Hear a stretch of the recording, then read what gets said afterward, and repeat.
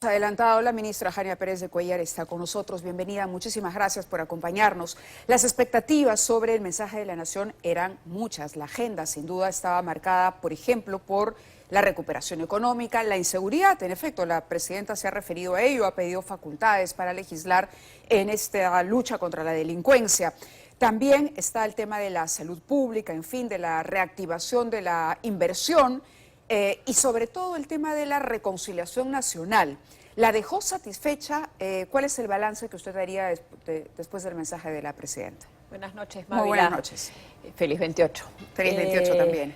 ¿Me dejó satisfecha?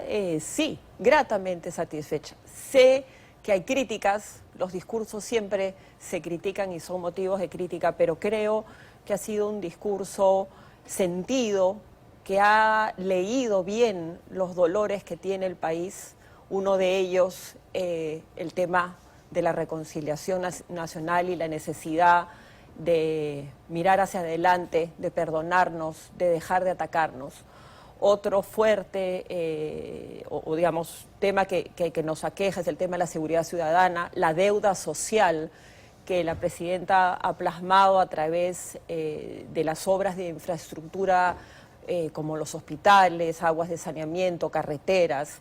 Y yo creo que esa, lo hemos conversado varias veces en el gabinete, es la base para una verdadera reconciliación. Lo decías hace un momento, no va a haber paz, mi manera de ver las cosas, no va a haber paz si no hay justicia social. Entonces, para reconciliar este grupo de hermanos y hermanas que se siente olvidado, que se siente traicionado, y en muchos casos con justa razón, el caso de Puno, por ejemplo, pero hay otras regiones como Loreto, en caso de agua y saneamiento, necesitamos ir con proyectos, necesitamos ir con servicios, y solo así se sentirán parte real del Perú. Sobre eso justamente quería abordar la entrevista con usted, que es el punto central. Usted es de las convocadas a esta nueva gestión. La presidenta ha recibido críticas porque de alguna manera se sintió en un momento del mensaje que ella atribuía todos los males a un gobierno nefasto, el que tuvimos de Pedro Castillo. Ciertamente puede tener razón. El punto es que ella fue parte de ese gobierno.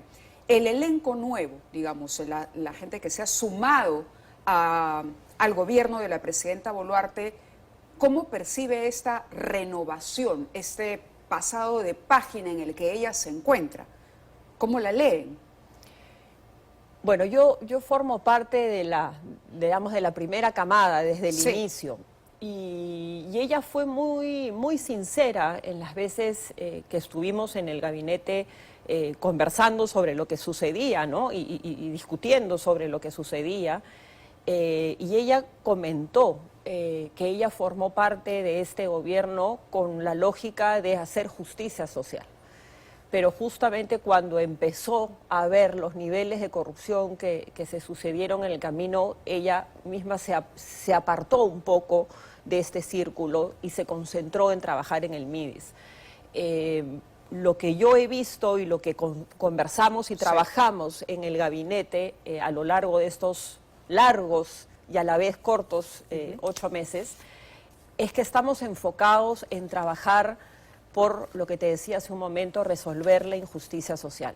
No pretendemos resolver la injusticia acumulada de los últimos 30 años, pero sí tenemos una agenda clara y la presidenta permanentemente nos pide metas, nos pide resultados, porque sabemos que el tiempo es corto y que sobre todo la situación política es compleja. Lo hablábamos hace un momento. Es una situación compleja, todavía tenemos que terminar de pacificar nuestro país, terminar de reconciliarnos, y es por eso que yo celebro, de verdad, y te lo digo como peruana, no por formar parte del gabinete, celebro que la presidenta haya hecho un llamado a la reconciliación, haya pedido un pacto, haya puesto al Acuerdo Nacional como una plataforma y un espacio de diálogo. Yo creo que eso es lo que necesitamos como país. De acuerdo, vamos ahora al tema de Puno. Usted es de las pocas, si no la única, la que hemos visto en Puno, ¿no? La primera ministra que llegó a esta región, que es precisamente la región que más reproche tiene hacia el gobierno, que más al margen del país se siente. Y hay un anuncio importante, hay anuncios de inversión, sobre todo en políticas de saneamiento, inversión en abastecimiento de agua. Eso le compete a usted directamente. ¿Cuáles son las líneas maestras de este plan para Puno? A ver, Puno es uno de los departamentos que mayor brecha en agua y saneamiento tienen a nivel nacional. Y también obviamente de vivienda. Entonces, lo que nosotros nos hemos propuesto como sector es hacer una política especial para Puno, digamos, porque sabemos además que Puno no hay un solo Puno, son diferentes Punos. El pueblo aymara es diferente al pueblo quechua y cada provincia tiene una lógica distinta. Entonces, lo que hemos visto el territorio, hemos entendido sus quejas, nos acercamos permanentemente con ellos, tenemos un trabajo social muy fuerte y uno de los grandes temas y uno de los grandes pendientes es la obra de agua y saneamiento en Juliaca. Te hago un breve paréntesis histórico. Hace casi 58 años hubo una revuelta en Juliaca por un problema de agua y saneamiento. Los juliaqueños pedían una obra grande de agua y saneamiento para la ciudad de Juliaca. Hubo una manifestación y esa manifestación fue reprendida por oficiales de la policía y hubo muertos. Esto fue en noviembre. Y cuando nosotros nos hemos acercado a los dirigentes en Juliaca, lo que habíamos vivido en enero y febrero les traía a la mente eso. Entonces, para ellos el proyecto de Juliaca de agua y saneamiento era vital. ¿Qué pasó con este proyecto? Tenía problemas de adjudicación, era una empresa calificada o, bueno, digamos, considerada, mejor dicho, con corrupción. Entonces, lo que hicimos fue, a pedido de la propia población, cambiar el esquema de financiamiento. Entonces, este proyecto, que se llama el Proyecto Integral de Agua y Saneamiento para Juliaca, va a ir por vía endeudamiento a través del Banco Interamericano de Desarrollo, lo que anunció la presidenta hoy día. Escuchamos perfectamente. Ese es un proyecto que tiene un valor aproximadamente de 1.600 millones. Entonces, no es un proyecto nuevo, es el proyecto que ya estaba en camino, pero que hemos cambiado su forma de financiamiento para asegurar que la integralidad del presupuesto esté garantizada. De acuerdo. ¿Y cómo lee usted misma, que tiene que sacar adelante en buena cuenta, es parte del núcleo de gobierno que va a trabajar este proyecto, lo que ha ocurrido el día de hoy, cuando Puno le dice a la presidenta, no aceptamos el perdón? ¿Cree que es una fotografía del momento que el gobierno es capaz o va a ser capaz de revertir? ¿Y cómo lo piensa hacer? Solo a modo de complemento, este no es el único proyecto que tenemos en Puno, tenemos otros proyectos de agua y saneamiento en el Collao, en el propio Puno y en otras provincias de aproximadamente 1.100 millones de soles. ¿Todo esto tiene ya financiamiento contemplado? Estamos trabajando. El de Juliaca estamos en plena negociación para el endeudamiento con el BID, pero todo indica que va a salir bien. Y este proyecto de endeudamiento con el BID, permíteme que haga la aclaración, no solo va a incluir el de agua y saneamiento, va a incluir también un proyecto de saneamiento, la PETAR, pero también un proyecto de drenaje pluvial. Entonces, estamos pretendiendo empaquetar 3 proyectos en uno solo. Para responder a tu pregunta y de las otras intervenciones que estamos haciendo en Puno, yo creo que hay que tomar esta manifestación como lo que es. O sea, el descontento sigue, la frustración sigue, el dolor sigue. Por eso yo te decía, no hemos acabado de pacificar el país. O sea, es un proceso que va a tomar su tiempo, pero sí estamos convencidos que con el esfuerzo de acción social, el hecho de que viajemos a Puno, otros colegas míos también han viajado y cada uno desde su cartera está haciendo un trabajo minucioso. No es una situación que se va a revertir de la noche a la mañana, son muchísimos años de sensación de olvido y de frustración. Obviamente eso no justifica la violencia y tampoco justifica... Y los deudos siguen esperando, ¿no? Los deudos siguen esperando y de pronto, por ejemplo, alguien decía, ¿por qué el Ejecutivo no piensa en la conformación de algo así como una comisión de la verdad para encontrar a los responsables o para hacer su propia investigación al margen de la Fiscalía, que está tomando más tiempo del que uno calcula, y la sensación es que simplemente la gente murió y aquí no pasó nada y continuamos como si esto no hubiera ocurrido? Y claro, todos lloramos a los muertos, pero no ofrecemos justicia. ¿Usted cree que es tarde para que el Ejecutivo haga eso o podría considerarse en algún momento por parte del gobierno pensar en algo más que entregarles esta reparación económica? Yo creo que la presidenta lo ha dicho el día de hoy, ha anunciado y considera, y coincido con ella, que el acuerdo nacional es un espacio para poder iniciar un proceso de diálogo y de reconciliación. Obviamente, si esto surge como parte de uno de los acuerdos y parte del diálogo que pueda existir, no veo por qué no podría darse un esquema de ese tipo.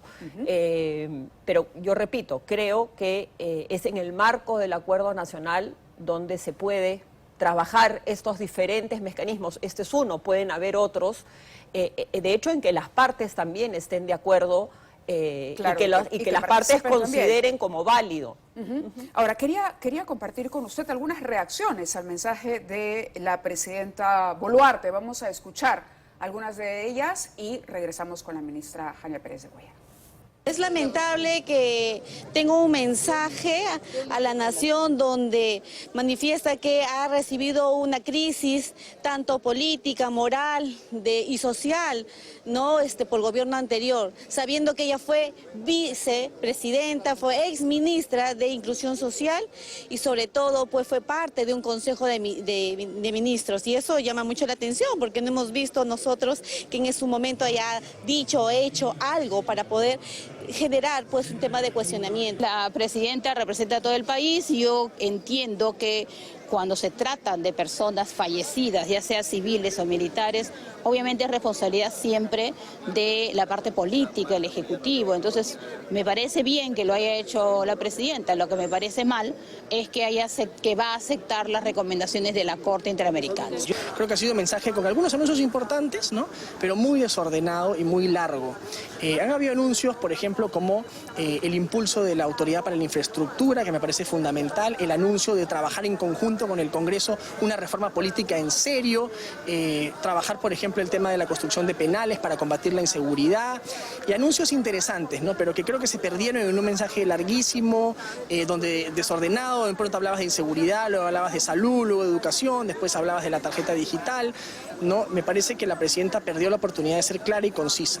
Empecemos por lo positivo, ya ha pedido perdón a los familiares y ya es un buen paso, es un inicio, pero quisiéramos que se investigue y se castigue a los responsables de estos asesinatos para que nuestro país tenga calma. Es que yo me he sentido muy avergonzado, la verdad, de los aplausos del Parlamento. Vivo en un mundo totalmente paralelo, un mundo de Barbie, un mundo sin conexión con la realidad, ¿no? Y demuestra que hay efectivamente un contubernio con un grupo de bancadas porque que son del nuevo oficialismo, ¿no? Realmente muy, muy lamentable. ¿Con cuáles críticas se queda y cuáles descarta? Yo creo que todas las críticas son constructivas. No es que descarto una y me quedo con otra, resaltaría algunas. Bueno, la crítica o el comentario positivo que la presidenta ofreció disculpas como jefe de Estado, yo creo que es un gesto importante político y es el inicio justamente de la reconciliación.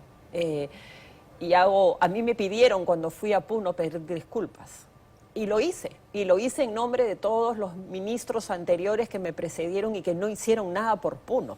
Y lo dije sentidamente. A partir de ahí, la situación se calmó un poquito, ¿no? Hablo de mi caso y de mi cartera. No entiendo el comentario de que no vivimos y que no leemos la realidad. Yo creo que el discurso, al contrario, busca, como dije al inicio, ir a los puntos medulares que aquejan a nuestros hermanos y hermanas. Pero bueno, las críticas siempre son positivas y como inicié la entrevista, ¿no? El discurso de 28 de julio siempre es motivo de críticas. Pocas veces se aplaude al discurso, por más Aunque ahora bueno hubo que aplausos se en el Congreso. Sí, hubo a pesar aplausos. de no tener bancada. Hubo aplausos no solo de los ministros, de los propios congresistas que aplaudían.